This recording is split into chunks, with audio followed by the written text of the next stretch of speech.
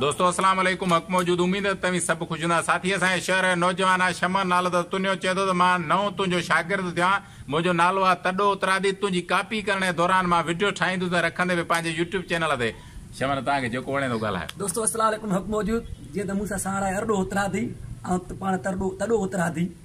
दोस्त चए पियो नई कॉपी बि थिए हिकिड़ो मुंहिंजे नाला। दोस्तों मां तव्हां सभिनी दोस्तनि जे नंढी रिक्वेस्ट रखां थो, नंढो अर्ज़ु रखां थो। तव्हां ॾिसो अॼु लॉकडाउन खे 5 महीनो थियो आहे।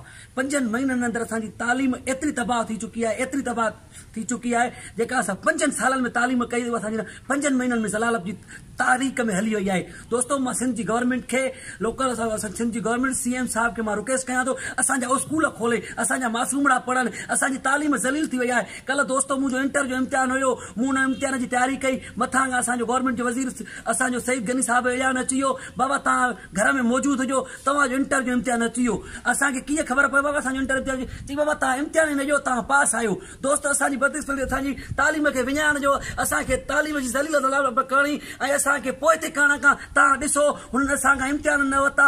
अलाए इम्तिहान में असां छा लिखूं आहे, अलाए सिधो लिखूं आहे, अलाए ऊंधो लिखूं आहे, अलाए असां A चऊं, अलाए B चऊं, अलाए C चऊं। अधे साईं चयो तव्हां बाबा घर हुजो, किरोना लॻी पई आहे, किरोना मौजूदु ई कोन हुई, न काई को किरोना जो केस पिया ॿुधूं। तव्हां ॾिसो घर में वेठा आहियूं। चई बाबा तुंहिंजी इंटर क्लियर आहे। बाबा इंटर कीअं क्लियर आहे, ख़बर त पवे छा लिखूं आहे, छा थियो वञे आहे। असां जंहिं टाइम लिखंदा हुआसीं कुझु दोस्त वेहंदा हुआसीं, हिकु ॿिए सां अखर भेटाईंदा हुआसीं।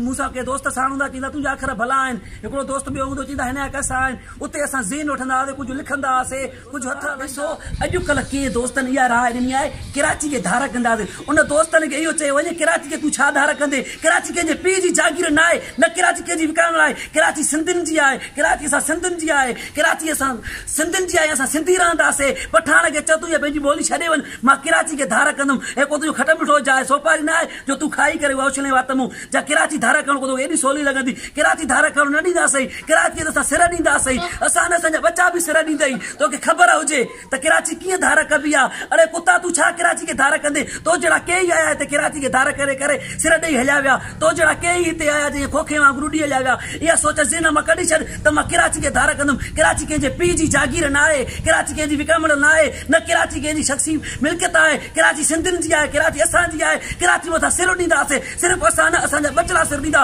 असांजी अमड़ भेण सिर ॾींदी, असां नरे माद निकिरी पवंदासीं, कराची लाइ सिर क़ुर्बान कंदासीं। सिर सिसिन खां धार हूंदा, इनखे ॿुधायो था त तोखे ख़बर पवंदी कराची ते कीअं थियूं क़ुर्बानियूं वञनि, कराची ते केतिरा त सिर क़ुर्बान थियनि, कराची ते केतिरा त सूलीअ कुसजनि, कराची ते केतिरियूं अमड़ मार थियूं कुसजनि, कराची ते केतिरा त मज़लूम मरनि। कराची तुंहिंजी जागीर थो रही आहे जो अचे तूं विराए खणंदे, जा कराची तुंहिंजी बनी थो रही आहे जो फसलु खणी वेंदे, जा कराची तुंहिंजी गाॾी थो रही आहे जो तूं वेही घुमंदे, जा कराची तुंहिंजी शइ थो रही आहे जो कराची तूं खणी खाईंदे। कराची असां सिंधियुनि जी आहे, असां सिर ॾींदासीं। इन कराची ते बसरा कुसिजी वेंदा। हक़ मौजूद जीअं सिंधी ॿोली।